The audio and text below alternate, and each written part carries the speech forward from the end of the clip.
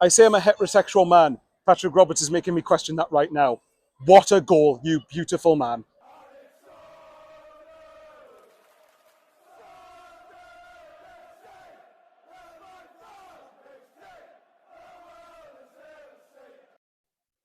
Well, everybody, look who's up here for Happy it. days. Lovely seeing you, bro.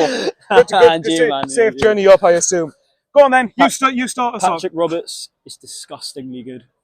The way, I think the phrase I used, it might have been at Reading actually, was he's just pure unadulterated filth all the time. Literally. I'm going to go as far as pornographic. He's just a beautiful man. Don't worry. It's just. That was in your nature, son. Oh, believe me, Patrick Roberts makes it worth it. Yeah, obviously it's just borderline inappropriate, but yeah, my videos I've said on for kids technically. So there you go. Right, I'll tell you what. I'll start with the game. Yeah, that's great. Hang on. Jacob did it better, to be fair. Yeah, okay. I think the first half, for me, I need to know what your thoughts on this. For me, the first half, I thought we looked a bit leggy because I said to you at half time that you play away at Millwall last week, you play in the Cup on Wednesday, and then you're playing again 3 days later.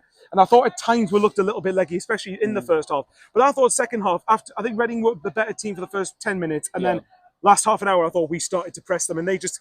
Bizarrely for me, they just sat back for a point. I mean, fair play also to Mowbray for sticking faith in the same 11 that's been getting us results recently. I think it was more a case of Reading's game plan was working rather than individual performances in the first 30 minutes. We were getting frustrated, and it only looked like there was going to be one result written all over that game, which was a 0-0 draw.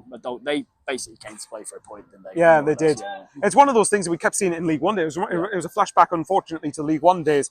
But yeah, I would say, do you think in the end we deserved the win? Yeah. I think just about. Based on the intensity we showed in the second half. I think last half an hour we were starting to ask questions of them, and they were starting to make more rush clearances, and we're starting to. Well, I'll tell you what. How about the time that they wasted though?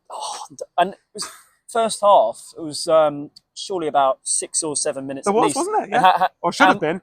How many did the Lions? Like two minutes, yeah.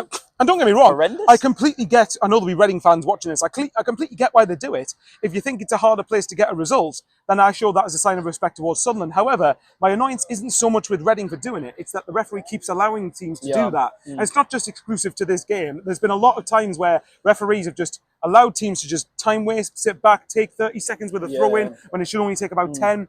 And until that happens, teams are going to keep doing it. We just have to live with it. But thankfully, in the end, we found a way to combat that and eventually break them down. The way we're playing to our effect now, considering Stewart's injury, it looks like to get all 3 points and finish teams off is catching teams on the break with the players we've got available to choose from now. But credit's where it's due. I mean, normally Luke O'Nien, if you start him on the bench, if you bring him on, he's the sort of player to see out a game. But he was part of the creativity today.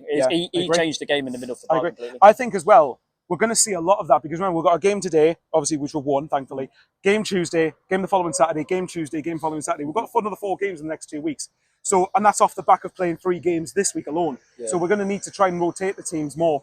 But for me, I think the subs were quite impressive. I think Pritchard looked good when he came on. I thought Lahaj actually showed a bit of class when he came on. Obviously, it's only 20 minutes he was on for. But I think I didn't think we played particularly badly. I think it was just that Reading did frustrate us, and it was just hard to break them down. But as I said, in the end, the result was deserved.